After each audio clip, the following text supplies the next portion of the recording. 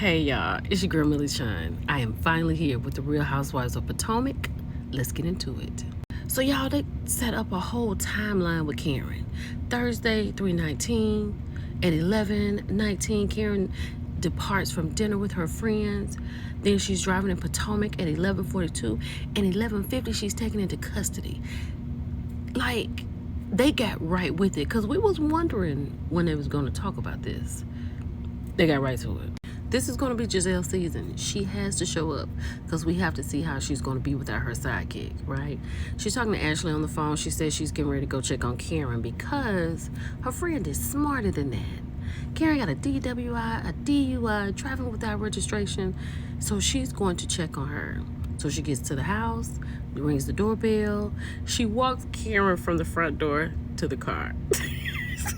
Now, as they are driving to this little restaurant right here, Karen sees a deer and she's kind of shook at the deer, right? So I'm thinking that's what she's saying that she dodged on that particular night. But she is very tight-lipped about everything. Gizelle was asking her questions. She was like, you need to read.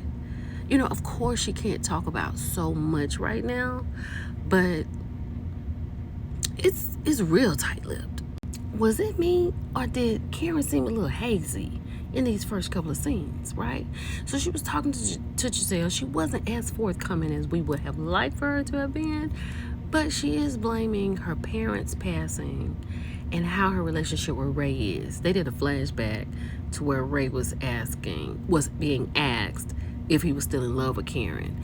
And he was something like, I think so. You know what I'm saying? These are the reasons she almost went and wrapped herself around a tree. So let's keep going. Baby, you can tell when some good bounce houses in the midst. And Mia is having it, right? And it's not with G. Baby, Mia got the daddy and the kids in tow, getting ready to go get ice cream, riding their little scooters around the block, having a conversation that Gordon was not so happy about. Child, Gordon got an attitude. Mia has moved Gordon in the same apartment complex as she is. Baby, the kids got to have their daddy and Mia got to have her daddy too. So Mia and G are having a conversation, right? And she said she gave a lot in her marriage, and G said that's from her perspective. And what she thought, instead of working on it, was to run to the arms of somebody else. That would be Ink. Child, G doesn't want Jeremiah to go with Ink to get his hair cut.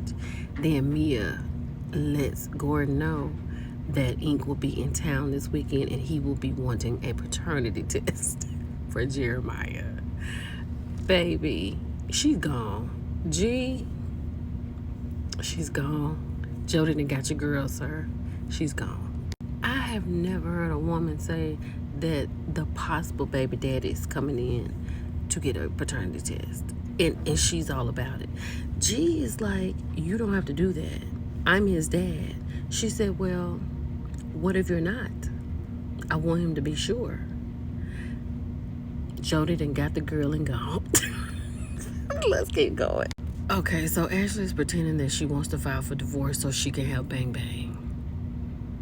She's probably already having Bang Bang because Michael has given her permission to do so. This is her storyline.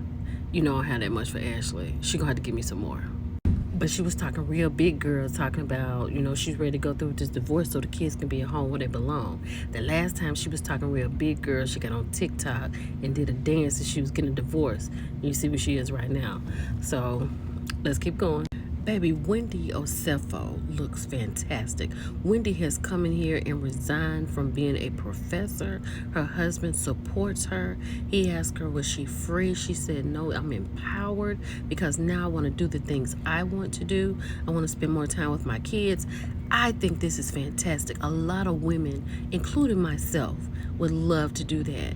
And I'm happy to see when somebody does. And I'm even more happy to see that she has the support of her husband. I love them. So, honey, I guess this season on all the shows, the girls are just bringing in their friends. This is Stacy. Stacy is one of Karen's friends. This is Vivian. Vivian is a friend of Karen's also. She has a boutique, and the ladies are about to get together. Let me say this. Karen looks fantastic. I don't know what she is doing, but she looks great.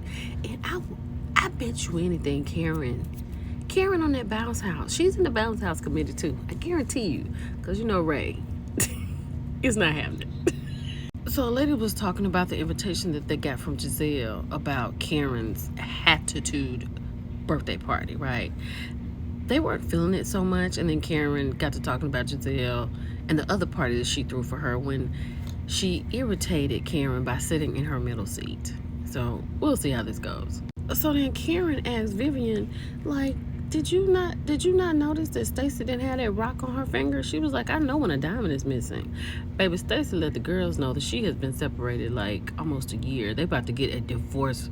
She's married to some businessman like overseas. I don't know if he's English or I don't know what he is, but he's not American. They have a little girl, and she said it's about to be over. She was a QVC person, like she said, but she's back in Potomac and she's glad she's home. Child, and the lady said, we need to celebrate something, right? Bring on the champagne. No, matter of fact, Stacy said, I have a question. Where is the champagne? Then they were like, oops, is this hard for you, Karen, us drinking right now? Karen has a flute of water. Karen told the girls that right now she's on medication. But as soon as she's off, she'll be back celebrating with them. That's not what you should say, ma'am. You need to be reformed. So, child, we at the hat party, and Gizelle has invited Wendy because in the last 1,000 seasons of Potomac, ever since Wendy has been on this show, Gizelle and Wendy has not been good. But because the sidekick is gone, let's see how this goes. Ashley has bought Karen a non-alcoholic basket, things she can do other than drinking.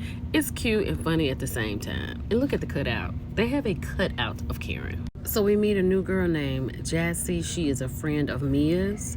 And Jacqueline is Mia's best friend also. So Jacqueline is taking nice and playing nice with Jassy. So that's good. So Mia cannot wait to be a tattletale, right? They asked, has anyone talked to Karen? And Jacqueline says she did. And then Mia says yes, and she said she was drunk. And she was like, Mia. But then she did say Karen sounded a little tipsy. Everybody looks real crazy because Karen, what are you doing? So of course Karen is late for her birthday party, right? She gets in, they talk about the drink menu. I want to say they're all non-alcoholic, but I know the last one was, right? She did look a certain kind of way, but she has to understand. Then I think Gizelle said I knew people had a lot of questions. And Karen said, yes, ask me. Child, and Karen flipped the script and said she needs to know who her real friends are and keep the fake bees away from me. Karen, what the hell is wrong with you? And I think she a little hazy on here too. So Gizelle and Ashley talk about their G&A event that they're having, and they're going to invite everybody. So they don't have Big Bird there this time, so Sesame Street won't be in the building, so it should not be any problems. Then these two get into Mia's business.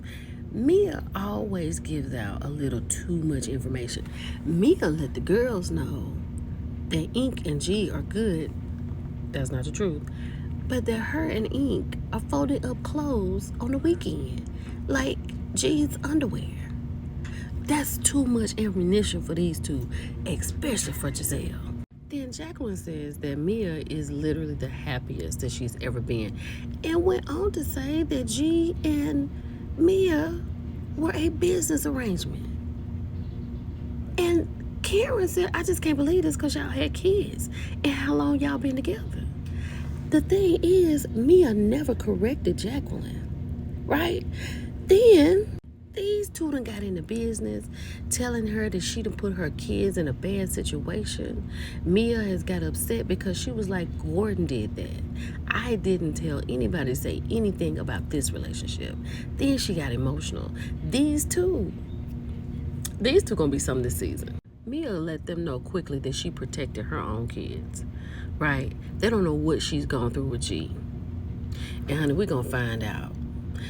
I feel like this is gonna be a great season. This first episode was good for me, and I love the way they started it off. Let me know what you think about it. It's your girl, Millie John. I'll talk to y'all later. Bye.